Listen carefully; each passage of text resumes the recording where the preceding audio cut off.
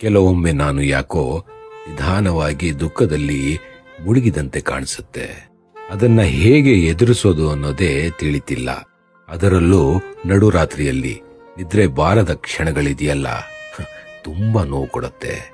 ಎಲ್ಲ ಆಲೋಚನೆಗಳು ಮನಸ್ಸನ್ನ ಹಿಂಡಿ ಹಿಪ್ಪೆ ಮಾಡುತ್ತೆ.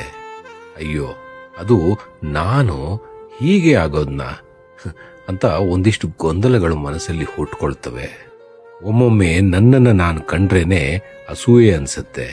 ಹೇಗಿದ್ದವನು ಈಗ ಹೇಗಾಗೋದೆ? ಎಷ್ಟು ಭಾವನೆಗಳು ನನ್ನ ಮನಸ್ಸನ್ನ ಗೊಂದಲಕ್ಕೆ ಈಡು ಮಾಡುತ್ತಿವೆ.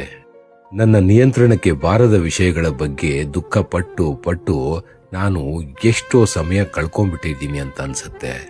ರಾತ್ರಿಯೆಲ್ಲ ಈ ತೊಳಲಾಟ, ಬೆಳಗ್ಗೆ ಎದ್ದಾಗ ಆ ದುಃಖ ಇನ್ನೂ ಹಾಗೆ ಆವರಿಸ್ಕೊಂಡೇ ಇರುತ್ತೆ.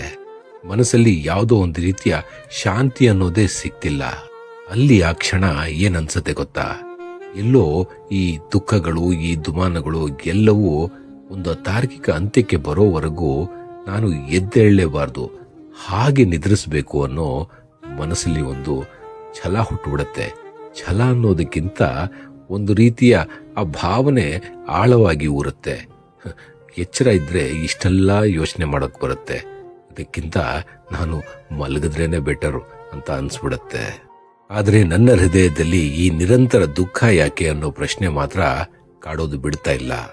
ಈ ನೋವು ನನಗೆ ಉಂಟಾಗಿದ್ದು ಯಾಕೆ, ಯಾರಿಂದ? ಆ ಪ್ರಶ್ನೆ ಮಾತ್ರ ಉತ್ತರ ಕೊಡದೇನೆ ಕಾಡ್ತಾ ಇದೆ. ಬಹುಶಃ ನನ್ನ ಏಕಾಂಗಿತನವೇ ಇದೆಲ್ಲದಕ್ಕೂ ಉತ್ತರ ಅನ್ಸತ್ತೆ. ಏಕಾಂಗಿತನ ಕಾಡ್ತಾನೆ ಇರುತ್ತೆ. ಆದ್ರೆ ಈ ಏಕಾಂಗಿತನ ಎಷ್ಟು ಕಾಡ್ತಾ ಇದೆ ಗೊತ್ತಾ?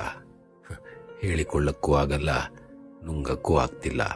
ಆದ್ರೆ ಇದರ ಜೊತೆಗೆ ಜೀವನ ನಡೆಸಬೇಕು, ಇದ್ದು ಜಯಿಸಬೇಕು ಅನ್ನೋ ಛಲ ಮಾತ್ರ ಎಂದಿಗೂ ಕಮ್ಮಿ ಆಗಲ್ಲ. ನಾನು ಒಂದು ದಿನ ಇದರಿಂದ ಹೊರಗೆ ಬರ್ತೇನೆ.